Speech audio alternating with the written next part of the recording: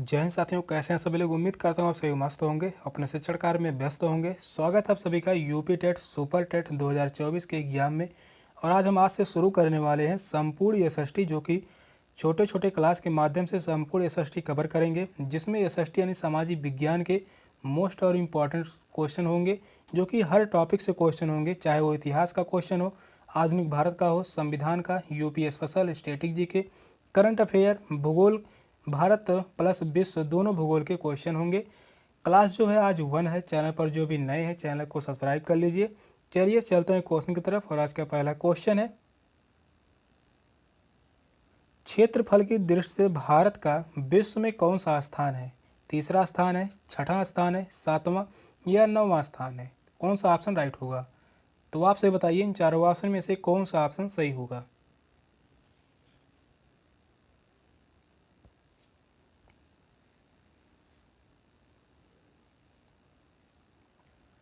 Question कह रहा है, क्षेत्रफल की दृष्टि से भारत का विश्व में कौन सा स्थान है। तो वह स्थान है सातवां। तो इस क्वेश्चन का राइट आंसर होगा ऑप्शन सी, सातवां स्थान है। और इसके पहले जो 6 देश हैं, पहला होगा, पहले स्थान पर कौन है, तो वह होगा रूस। पहले स्थान पर कौन है, तो वह है रूस, जो कि यह विश्व का सबसे बड़ा देश है। विश्व का सबसे बड़ा देश कौन सा है, तो वह होगा रूस। और दूसरे स्थान पर क्या है, तो वह कनाडा। दूसरे स्थान पर कौन सा देश है, कनाडा है। और तीसरे स्थान पर है संयुक्त राज्य अमेरिका, सॉरी तीसरे स्थान पर जो है वह है चीन। तीसरे स्थान पर चीन है, पहले स्थान पर रूस, दूसरे स्थान पर कनाडा, तीसरे स्थान पर चीन, और चौथे स्थान पर जो है वह है संयुक्त राज्य अमेरिका यानी यूएसए। यह चौथे स्थान पर है। और पाँचवें स्थान पर जो है वह है ब्राज़ील। पाँचवें स्थान पर है ब्राज़ील। छठे स्थान पर जो है वह है ऑस्ट्रेलिया। छठे स्थान पर जो है वह है ऑस्ट्रेलिया। ऑस्ट्रेलिया जो है यह जो है छठे स्थान पर है। और सातवें स्थान पर अपना देश भारत है। भारत का संपूर्ण क्षेत्रफल विश्व का संपूर्ण क्षेत्रफल का 2.42% है। कितना है? 2.42% है। तो इस क्वेश्चन का जो राइट आंसर था ऑप्शन सी। इस प्रकार से क्वेश्चन पूछा जा सकता है। तीसरे स्थान पर क्या है, छठवें स्थान पर क्या, कौन सा देश है, चौथे स्थान पर, तो सभी पता होना चाहिए और सभी याद होना चाहिए, तभी हम क्वेश्चन को हल कर पाएंगे। तो इस क्वेश्चन का राइट आंसर होगा ऑप्शन सी। नेक्स्ट क्वेश्चन है, अखिल भारतीय राष्ट्रीय कांग्रेस की पहली बैठक कहाँ हुई। दिल्ली में, मुंबई में, नागपुर, कलकत्ता। कौन सा ऑप्शन राइट होगा?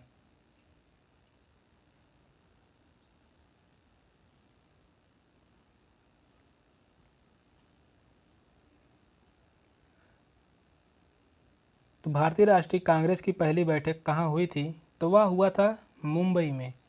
तो इस क्वेश्चन का राइट आंसर होगा ऑप्शन बी, मुंबई में हुआ था। कब हुआ था? तो यह हुआ था 1885 में।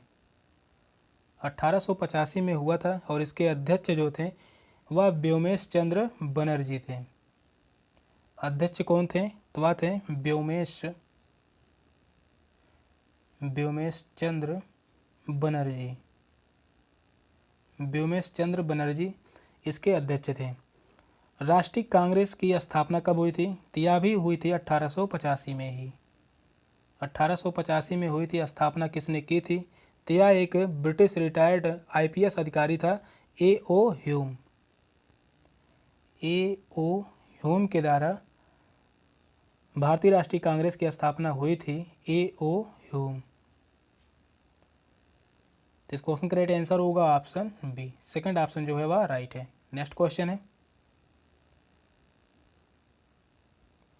सरफरोशों की तमन्ना अब हमारे दिल में है, देखना है जोर कितना बाजुए कातिल में है। इसके लेखक निम्नलिखित में से कौन है? बिस्मिल्लाह अजीमाबाद, असलामा इकबाल, मौलाना अब्दुल कलाम आज़ाद, खुसरो। कौन सा ऑप्शन राइट होगा? यह पंक्ति जो है बहुत ही सुंदर और बहुत अच्छी है। तो बताइए इसके लेखक कौन है?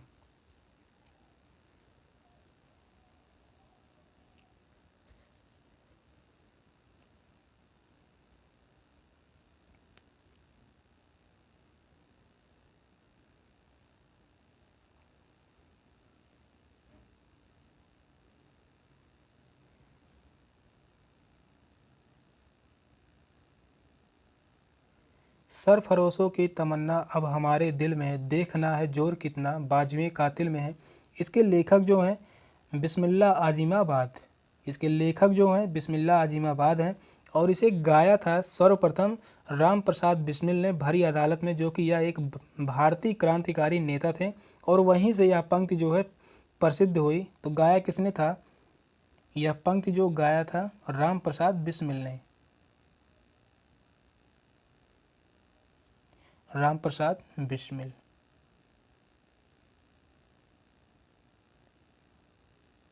अगर ऑप्शन में बिस्मिल अजीमाबाद नहीं होता, अगर ऑप्शन में राम प्रसाद बिस्मिल होता तो यही ऑप्शन राइट होता, लेकिन ऑप्शन में राम प्रसाद बिस्मिल नहीं है, तो इस कारण जो है ऑप्शन जो है फर्स्ट ही ऑप्शन राइट होगा। तो इस क्वेश्चन का राइट आंसर होगा ऑप्शन ए। नेक्स्ट क्वेश्चन है, शैक्षणिक सुधार हेतु राष्ट्रीय शिक्षा नीति कब लागू की गई? 1986 में, 1987 में, 1998 में, 2006 में। कौन सा ऑप्शन राइट होगा? बताइए सभी इन चारों ऑप्शन में से कौन सा ऑप्शन सही होगा।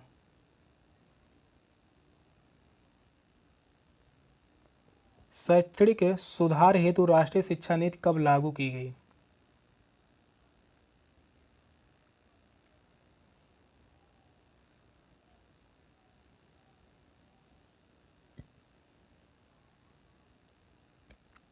यह लागू किया गया था 1986 में। 1986 में शैक्षिक सुधार हेतु राष्ट्रीय शिक्षा नीति लागू किया गया था। तो क्वेश्चन का जो राइट आंसर होगा ऑप्शन ए। फर्स्ट ऑप्शन जो है वह राइट है। अगला क्वेश्चन है, वर्तमान में भारत में कौन सा मूल अधिकार नागरिकों को प्राप्त नहीं है? स्वतंत्रता का अधिकार, मताधिकार, शोषण के विरुद्ध अधिकार या संपत्ति का अधिकार। कौन सा ऑप्शन राइट होगा? बताइए सभी इन चारों ऑप्शन में से कौन सा ऑप्शन सही होगा।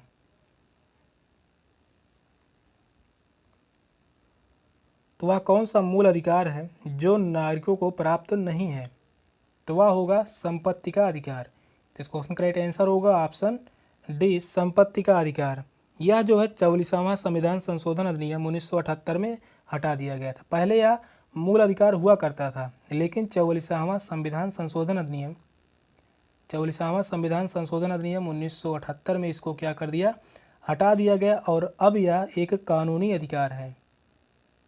कैसा अधिकार है? तो यह एक कानूनी अधिकार है जिसका वर्णन संविधान के अनुच्छेद 300 का में किया गया है। इसका वर्णन जो है संविधान के अनुच्छेद 300 का में इसका वर्णन किया गया है। पहले यह 1978 से पहले यह मूल अधिकार हुआ करता था, लेकिन अब यह कानूनी अधिकार है। स्वतंत्रता का अधिकार यह शामिल है अनुच्छेद 19 से 22। अनुच्छेद 19 से 22 में वर्णन है स्वतंत्रता का अधिकार। शोषण के विरुद्ध का अधिकार वर्णन है अनुच्छेद 23 से 24। अनुच्छेद 23-24 में वर्णन है शोषण के विरुद्ध का अधिकार। मताधिकार यह इसका वर्णन है 326 में। अनुच्छेद 326 में वर्णन है मताधिकार। तो इस क्वेश्चन का राइट आंसर होगा ऑप्शन डी। नेक्स्ट क्वेश्चन है, सामाजिक सर्वेक्षण क्या है? व्यक्तियों के समूह में पारिवारिक की भूमिका का अध्ययन। सेकंड ऑप्शन है व्यक्तियों के समूह के सामाजिक संस्थाओं एवं क्रियाओं का अध्ययन। थर्ड ऑप्शन है व्यक्तियों के समूह में समाज के उत्तराधिकार का अध्ययन। फोर्थ ऑप्शन है व्यक्तियों के शैक्षिक अनुभव का अध्ययन। कौन सा ऑप्शन राइट होगा? तो बताइए सभी इन चारों ऑप्शन में से कौन सा ऑप्शन सही होगा। क्वेश्चन को ध्यानपूर्वक पढ़िए और सही आंसर दीजिए।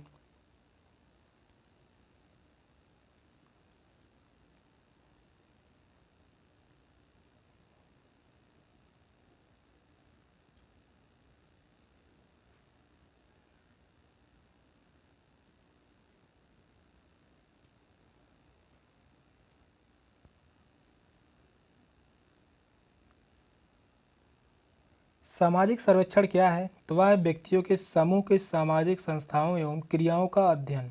यही है सामाजिक सर्वेक्षण, व्यक्तियों के समूह की सामाजिक संस्थाओं एवं क्रियाओं का अध्ययन। तो इस क्वेश्चन का राइट आंसर होगा ऑप्शन बी। सेकंड ऑप्शन जो है वह राइट है। नेक्स्ट क्वेश्चन है, निम्नलिखित में से अर्थशास्त्र का संबंध किससे है? शासन से है, राजनीति से है, शिक्षा से है, धन से है। कौन सा ऑप्शन राइट होगा? क्वेश्चन तो ध्यानपूर्वक पढ़िए। यहाँ पर पूछा है अर्थशास्त्र का संबंध किससे है?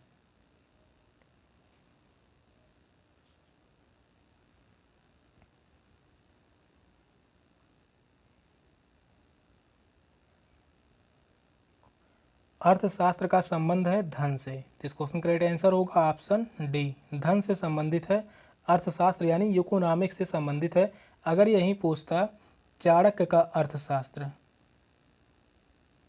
चाणक्य का अर्थशास्त्र यह होता तब राजनीतिक से, तब बी ऑप्शन सही होता। लेकिन यहाँ पर पूछा है अर्थशास्त्र का संबंध किससे है, तो वह धन से यानी इकोनॉमिक्स से संबंधित है। नेक्स्ट क्वेश्चन है, भारतीय रिजर्व बैंक की स्थापना कब हुई? 1 अप्रैल 1935 में, 1 मार्च 1935 में, 1 जुलाई 1955, 24 अक्टूबर 1945। कब हुई थी? कौन सा ऑप्शन राइट होगा? बताइए सभी इन चारों ऑप्शन में से कौन सा ऑप्शन सही होगा। क्वेश्चन जो कह रहा है भारतीय रिजर्व बैंक की स्थापना कब हुई थी?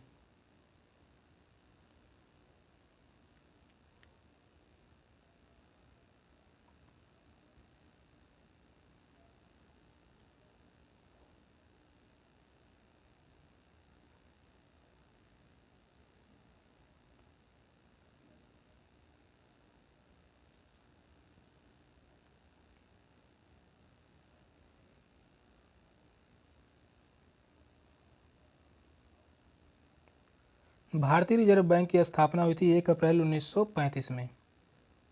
इस क्वेश्चन का राइट आंसर होगा ऑप्शन बी। और भारतीय रिजर्व बैंक की राष्ट्रीयकरण कब हुआ था? इसका राष्ट्रीयकरण किया गया था 1949 में। 1949 में इसका राष्ट्रीयकरण किया गया था। राष्ट्रीयकरण कब किया गया था? 1949 में। और स्थापना कब की गई थी? 1 अप्रैल 1935 में। नेक्स्ट क्वेश्चन है, भारत में वन्यजीव संरक्षण अधिनियम कब लागू किया गया? 1972 में, 1975 में, 1985 में या 1992 में? कौन सा ऑप्शन राइट होगा? बताइए सब इन चारों ऑप्शन में से कौन सा ऑप्शन सही होगा।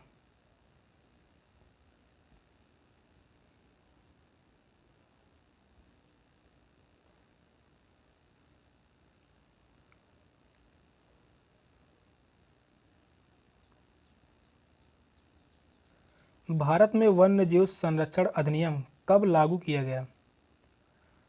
तो यह लागू किया गया था 1972 में। तो इस क्वेश्चन का राइट आंसर होगा ऑप्शन ए, 1972 में भारत में वन्यजीव संरक्षण अधिनियम लागू किया गया था। और यह अधिनियम देश के वन्यजीवों को सुरक्षा प्रदान करने और अवैध शिकार, तस्करी और अवैध व्यापार को रोकने के लिए यह अधिनियम लाया गया था। तो इस क्वेश्चन का राइट आंसर होगा ऑप्शन ए, फर्स्ट ऑप्शन जो है वह राइट है। नेक्स्ट क्वेश्चन है, संसाधन संरक्षण की दिशा में नर्मदा बचाओ अभियान किसने शुरू किया था? सुंदरलाल बहुगुणा ने, मेधा पाटकर ने, संदीप पांडे ने, उमा भारती। कौन सा ऑप्शन राइट होगा? बताइए सभी इन चारों ऑप्शन में से कौन सा ऑप्शन सही होगा।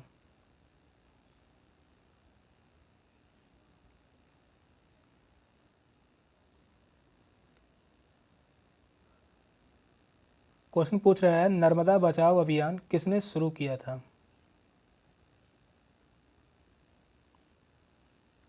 तो इस क्वेश्चन का राइट आंसर होगा ऑप्शन बी, मेधा पाटकर ने ही शुरू किया था नर्मदा बचाओ अभियान। और यह अभियान कब चला था? 1980 के दशक में यह चला था।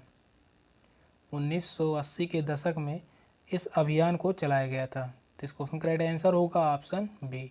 नेक्स्ट क्वेश्चन है, मुगल सम्राट अकबर के दरबार में नवरत्नों में निम्नलिखित में से कौन नहीं थे? बैरम खां, अबुल फजल, मान सिंह या फैजी? कौन सा ऑप्शन राइट होगा? यह क्वेश्चन जो है बहुत ही इंपॉर्टेंट है, पूछा गया है और पूछने की संभावना भी है। क्वेश्चन जो कह रहा है मुगल सम्राट अकबर के दरबार में नवरत्न में से कौन नहीं थे? तो अकबर के दौरान दरबार में जो है नवरत्न हुआ करते थे और उन नवरत्नों में से कौन एक नहीं है?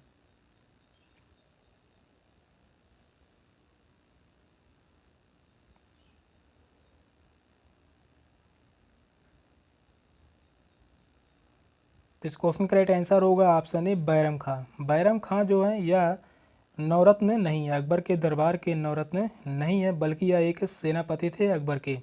अकबर के नवरत्न जो हैं पहले होंगे अबुल फजल, दूसरे मान सिंह, तीसरे जो होंगे फैजी और चौथे नंबर के कौन होंगे? तो राजा बीरबल।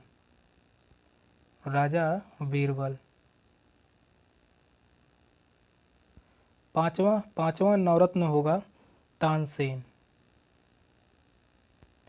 पांचवा नवरत्न होगा तानसेन। और छठा नवरत्न कौन होगा? तो टोडरमल। टोडरमल जो होंगे छठवें नवरत्न।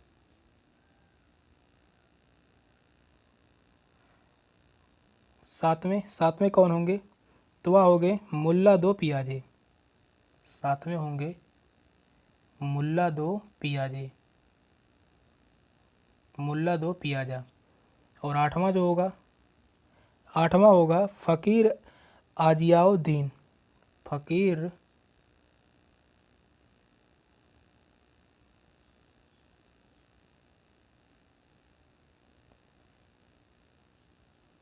फ़कीर आजियाउद्दीन। और जो लास्ट का नौवां होगा, नौवां होंगे अब्दुल रहीम खान ए खाना। अब्दुल रहीम खान ए खाना। यही नवरत्न होंगे। पहले जो होंगे अबुल फजल, दूसरे मान सिंह, तीसरे फैजी, चौथे राजा बीरबल, पांचवें मियाँ तानसेन, छठवें होंगे राजा टोडरमल, सातवें मुल्ला दो पियाजा, आठवां फ़कीर आजियाउद्दीन और नौवां जो होगा अब्दुल रहीम खान ए खाना। और बैरम खां यह एक नवरत्न जो है या नहीं थे, यही पूछा था। तो इस क्वेश्चन का राइट आंसर होगा ऑप्शन ए। नेक्स्ट क्वेश्चन है, सन 1978 ईस्वी के वर्नाक्यूलर प्रेस एक्ट के माध्यम से ब्रिटिश सरकार ने क्या किया? भारतीय भाषाओं के समाचार पत्रों पर प्रतिबंध लगा दिया, शोषण की खुली छूट अंग्रेजों को दी गई, भारतीय प्रेस को स्वतंत्रता प्रदान किया गया। फोर्थ ऑप्शन है अंग्रेजी समाचार पत्रों पर प्रतिबंध लगा दिया गया। कौन सा ऑप्शन राइट होगा? क्वेश्चन को ध्यानपूर्वक पढ़िए, बताइए इन चारों ऑप्शन में से कौन सा ऑप्शन सही होगा।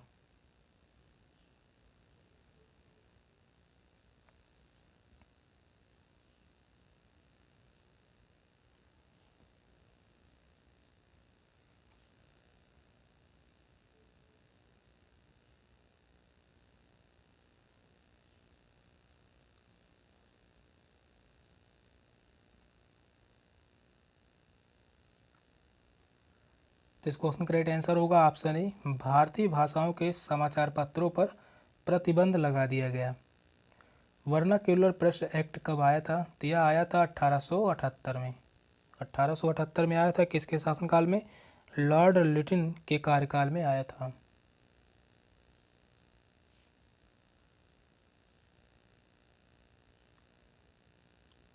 लॉर्ड लिटिन के कार्यकाल में आया था वर्नाक्यूलर प्रेस एक्ट। तो इस क्वेश्चन का राइट आंसर होगा ऑप्शन ए।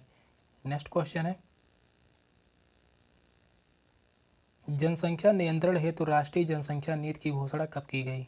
8 फरवरी 2000 ईस्वी को, 15 फरवरी 2000 में, 26 जनवरी 2001 में, 26 दिसंबर 2004 में। कौन सा ऑप्शन राइट होगा? बताइए सभी चारों ऑप्शन में से कौन सा ऑप्शन सही होगा। क्वेश्चन कह रहा है जनसंख्या नियंत्रण हेतु राष्ट्रीय जनसंख्या नीति की घोषणा कब की गई?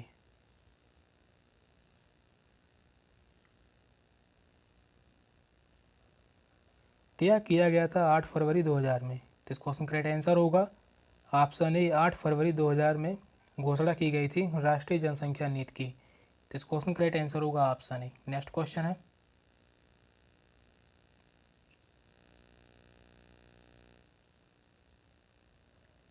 Fall of the Mughal empire नामक पुस्तक के लेखक कौन है? Doctor Kalinkar Datta, sir Yadunath Sarkar, professor Syed Ahmad Askari, professor Ramsharan Sharma. कौन सा ऑप्शन राइट होगा? Fall of the Mughal empire नामक पुस्तक के लेखक कौन है? बताइए सभी इन चारों ऑप्शन में से कौन सा ऑप्शन सही होगा।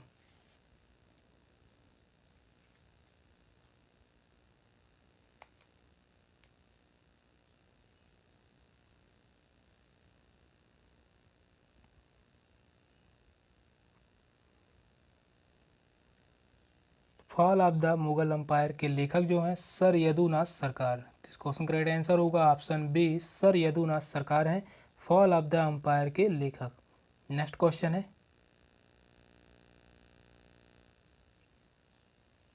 भोपाल गैस त्रासदी कब हुई थी? 1984 में, 1986 में, 1992 में, 1994 में। कौन सा ऑप्शन राइट होगा। क्वेश्चन जो कह रहा है भोपाल गैस त्रासदी कब हुई थी, तो भोपाल गैस त्रासदी यह हुआ था 1984 में। फर्स्ट ऑप्शन जो है वह राइट है। तो इस क्वेश्चन का राइट आंसर होगा ऑप्शन ए 1984। मध्य प्रदेश के भोपाल शहर में यह घटना हुई थी। भोपाल शहर जो है यह कहाँ पर स्थित है, तो यह है मध्य प्रदेश राज्य में। तो मध्य प्रदेश के भोपाल शहर में यह घटना हुई थी और भोपाल गैस कांड में मिथाइल आइसोसाइनाइट नामक जहरीली गैस का रिसाव हुआ था। कौन सी गैस थी, भोपाल गैस त्रासदी में जो गैस था मिथाइल आइसोसाइनाइट।